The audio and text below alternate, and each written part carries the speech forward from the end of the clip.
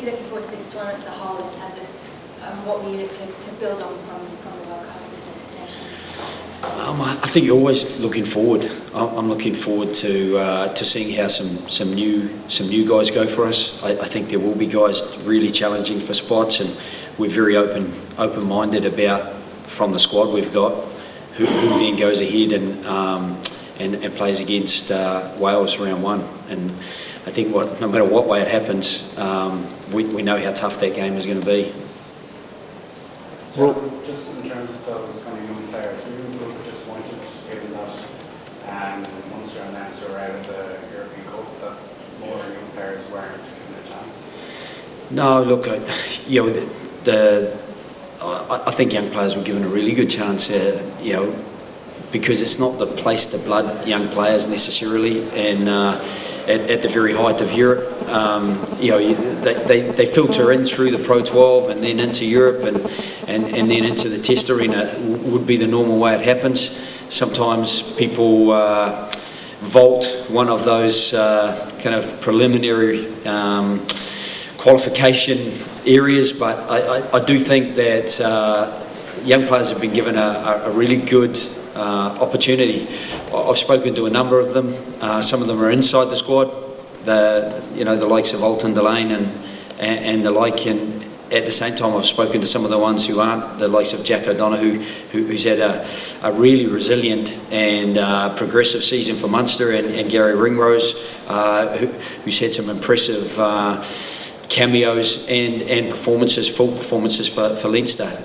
At the same time, you've got a guy like Josh van der Fleer who has really come into the frame this year and really impressed. So those players are starting to force their way in and put pressure, first of all, to get into the squad and then to match day 23s. Rory, this is a difficult championship to win. How much harder is it to sort of go in as the defending champions to try and back it up? I think there's always pressure, no matter where you are or where you finished the previous year. Obviously, to be defending champions, there's a little bit more pressure on there. Teams are obviously, first of all, want to topple the champions, and that puts you in a good position to win the championship yourself from the outside. But I think it's a really, really difficult championship to win anyway. We start off with a very tough game against Wales. Wales are a quality opposition, and it's going to be a tough game for us when they leave the stadium. And to be honest, it's something that over the last couple of years that has served us really well, is just taking the next game, and the next game for us is Wales, and we won't be looking beyond that. Joe, what is Rory the right man to lead Ireland moving forward? Why didn't you ask him that? Look, I think really it was just a case of when the coaches and the management got together, all we did was really endorse the feeling from the playing group, and he is our most capped international currently, and his experience and his performances for the team have been first rate.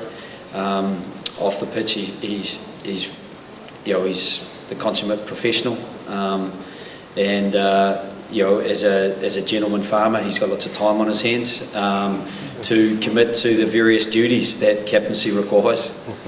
Rory, it must be nice to hear from you. How big a challenge is it to you to lead the squad in this Six Nations and also carry on from top?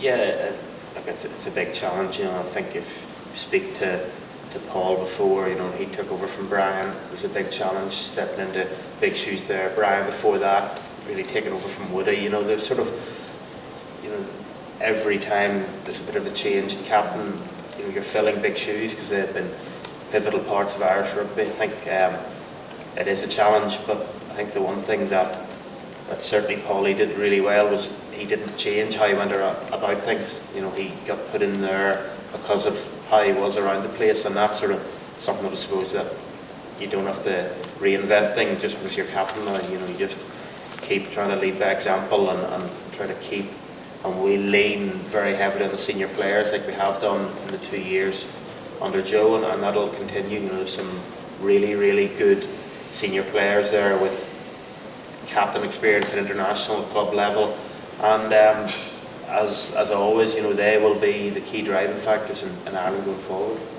Joe, the line still on the horizon, as well as the players and the coaches come under the spotlight as well. Your name and Rory Gallagher are the two that have been mentioned most frequently. Does that enter your mind at all? No, not really. To be honest, one of the things that we drive is we are a week-to-week team, and that's a long way away.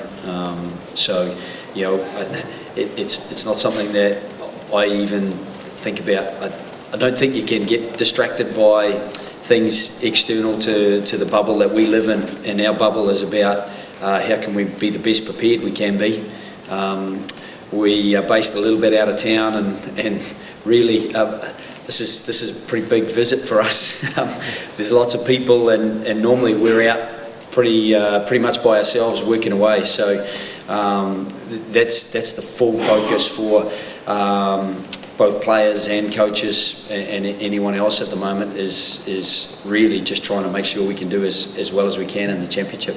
Joe, you was long term, would it be something that might interest you? Look, to be honest, the terms of my current contract don't allow me to do the lines, so it's actually a moot point. So you know, it doesn't distract me, because it isn't actually something that I can do unless you know, the terms of my contract change. So you know, I think I finish at that time, and there's some outside influences on that will probably dictate you know, anything beyond that. So I don't plan beyond where my contract finishes. And to be honest, if you're a coach, sometimes you don't even get to the finish of it, because that's the harsh reality. It is a very success-driven, results-driven environment.